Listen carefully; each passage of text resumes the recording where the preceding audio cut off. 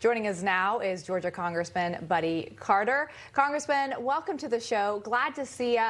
I want to get your reaction about this because TSA just announced that they are now allowing illegal immigrants to come through if they have arrest warrants with them. That's one of the documentations they will take if they have no legal ID. This administration is not taking our southern border seriously. As Jen mentioned, we have criminals coming across our border, and who knows who else, because they can't even keep track of them all. Well, you're absolutely right. And they've never taken it serious. They've never taken this border situation serious. Here we have a president who, as a senator, who as a vice president, and now as president, has never even been to the border. You have a vice president who went to the El Paso, which was 800 miles from the epicenter of the problem in McAllen, and she doesn't get it. None of them get it. It's unbelievable. And it's a good analogy to use. Why should we be concerned about Ukraine's border whenever then we're not concerned about our own border? This is ridiculous what is going on. We need this administration right now to pay closer attention and to do something about the southern border and to do something about what the Russians are doing in Ukraine. And Congressman, it goes even beyond that. These open border policies that Biden has, they're a problem everywhere, not just in the South. We had an Afghan refugee that was housed at Quantico in Virginia, just outside our nation's capital, was convicted of sexually abusing a 3-year-old girl.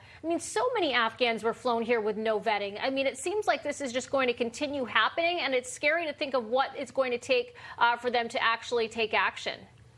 Well, it just shows the ineptness and the inability of this administration to lead in any way whatsoever. This should have never happened. It should never happen with the Afghans coming here, not being vetted as they should have been vetted. We've still got Americans who are over in Afghanistan who were left behind enemy lines.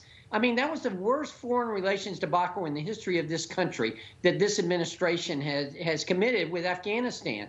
And now we see where we're not paying attention to any of our borders. A country without borders is not a country at all. And that's what we are right now, a country without borders. Instead of build back better, what they should be doing is to put it back like you found it. We had a secure border when you took office. We need a secure border again.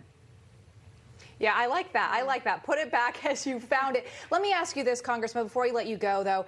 If Republicans do take back the majority, which we think they will, definitely in the House, potentially in the Senate, we still have Joe Biden for 2 more years at least. Is there anything that can be done for our border? Well, I think there is. There's a lot that can be done for our border, and we and the Republicans, and we are going to take back the majority in the House. We're confident of that. We're not overconfident. We're going to make sure it happens. But at the same time, when we do that, when we do take the majority back in the House, and I hope we take the majority back in the Senate, and I think we will, then yes, we're going to address this, and we're going to put pressure on this administration to secure our border like any country should have, a secure border, where people aren't coming across that border unvaccinated, unchecked, where people aren't coming across that border and then bringing illegal drugs into this country, where now 2 out of every 5 pills in this country contain fentanyl. This is ridiculous. Awful, Congressman. I know, it's terrible. Unfortunately, we have to leave it there. Y'all have your work cut out for you come November, December of this year. Thank you so much for joining us tonight. Thank you.